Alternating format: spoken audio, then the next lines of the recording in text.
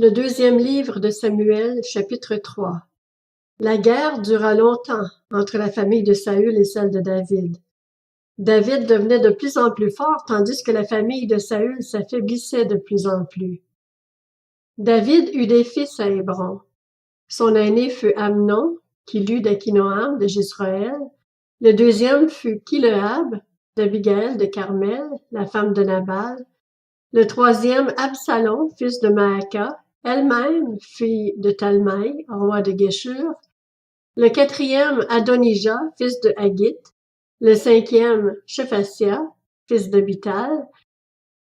Le sixième, Jéthroham, de sa femme Égla. Tels sont les fils que David eut à Hébron.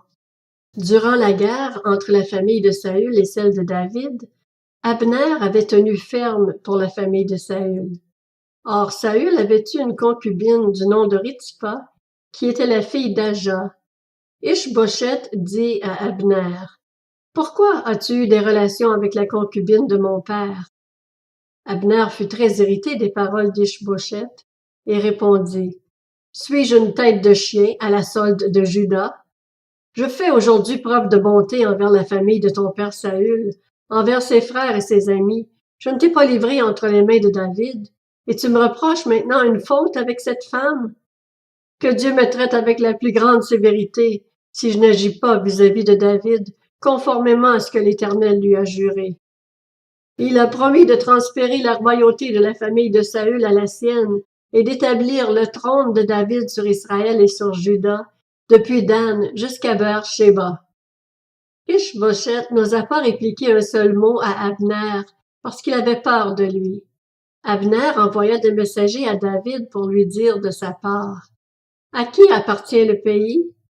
Fais alliance avec moi et je t'aiderai à gagner la faveur de tout Israël. » Il répondit, « Bien, je vais faire alliance avec toi, mais je te demande une chose, c'est de ne pas venir en ma présence, à moins d'amener Michal, la fille de Saül, avec toi. » Puis David envoya des messagers à Ish-Bosheth, le fils de Saül, pour lui dire, « Rends-moi ma femme Michal.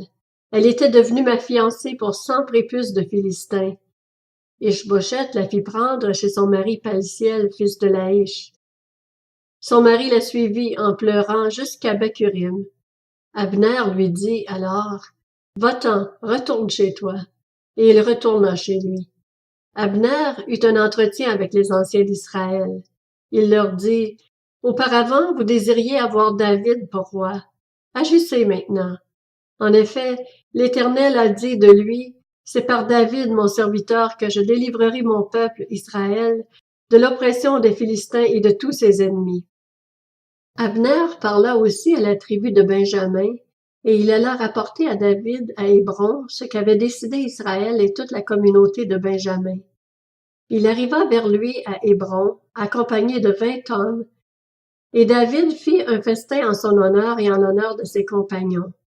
Abner dit à David, « Je me lèverai et je partirai pour rassembler tout Israël vers mon Seigneur le roi.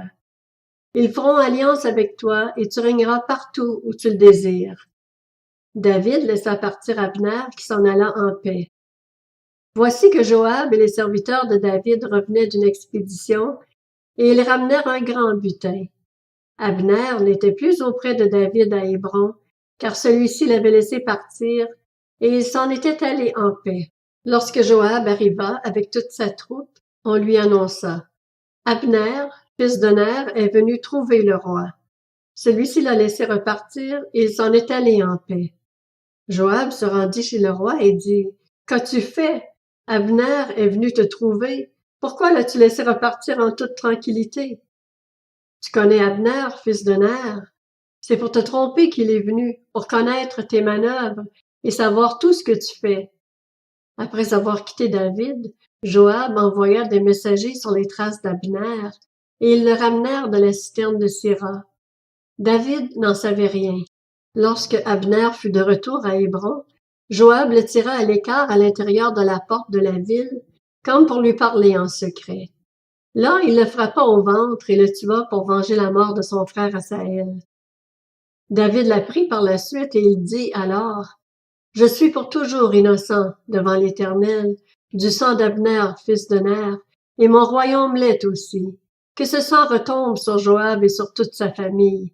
Qu'il y ait toujours chez lui quelqu'un qui soit atteint de blénorragie ou de la lèpre, qui s'appuie sur un bâton, qui meurt par l'épée ou qui manque de nourriture.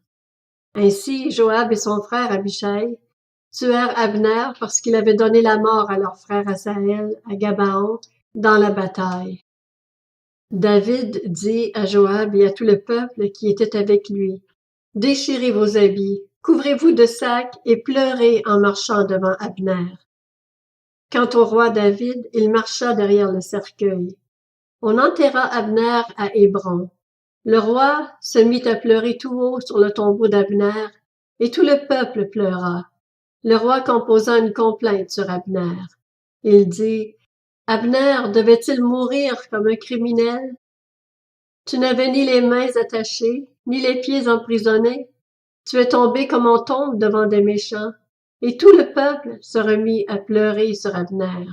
Tout le peuple s'approcha de David pour lui faire prendre de la nourriture pendant qu'il faisait encore jour, mais David fit le serment suivant. « Que Dieu me traite avec la plus grande sévérité si je goûte du pain ou quoi que ce soit avant le coucher du soleil. » Tout le peuple prit connaissance de cette attitude et l'approuva. Ils approuvèrent tout ce qu'avait fait le roi.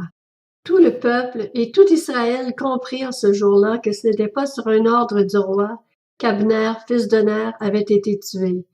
Le roi dit à ses serviteurs, « Ne savez-vous pas qu'un chef, un grand homme, est tombé aujourd'hui en Israël?